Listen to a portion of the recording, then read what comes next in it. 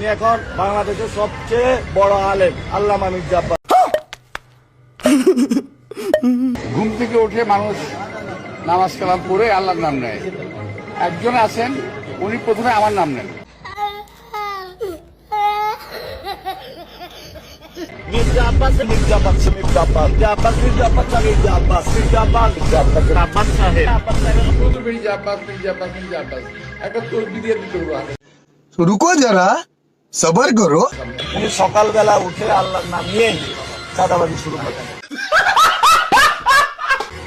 ঘুম থেকে উঠেই আল্লাহর নাম নেয় কিনা আমি জানি না ভাই, আমার নাম প্রথম নেয়। তুই লম্বা গাদা নাসিরউদ্দিন পাটোয়ারি, তুই উচ্ছৃঙ্খল, তুই বেয়াদব, তোর ব্যবহার খারাপ, তোর বডি ল্যাঙ্গুয়েজ খারাপ, তোর মুখের ভাষা খারাপ।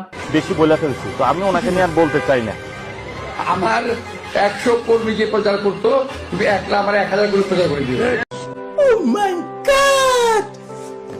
আল্লামা মির্জা আব্বাস ঢাকা আটে চাঁদাবাজি করে, সন্ত্রাসী করে, দুর্নীতি করে। এই ঢাকা শহরে কোনো ব্যক্তি বলতে পারবে না কোন স্বার্থের জন্য মির্জা আব্বাসকে একটা চা খাইতে হবে। মির্জা আব্বাস চাঁদাবাজ। আমি কিন্তু ফেরেশতা, আমি আগে বলি ফেরেশতা। 2 টাকার কমিশনার ছিলেন আপনি। ও আমার ছেলে কেউ ছোট বয়সে, আমি ওদের কাজ করবো বলে কি দুষ্ট মিশে ধরে নিচ্ছি আমি।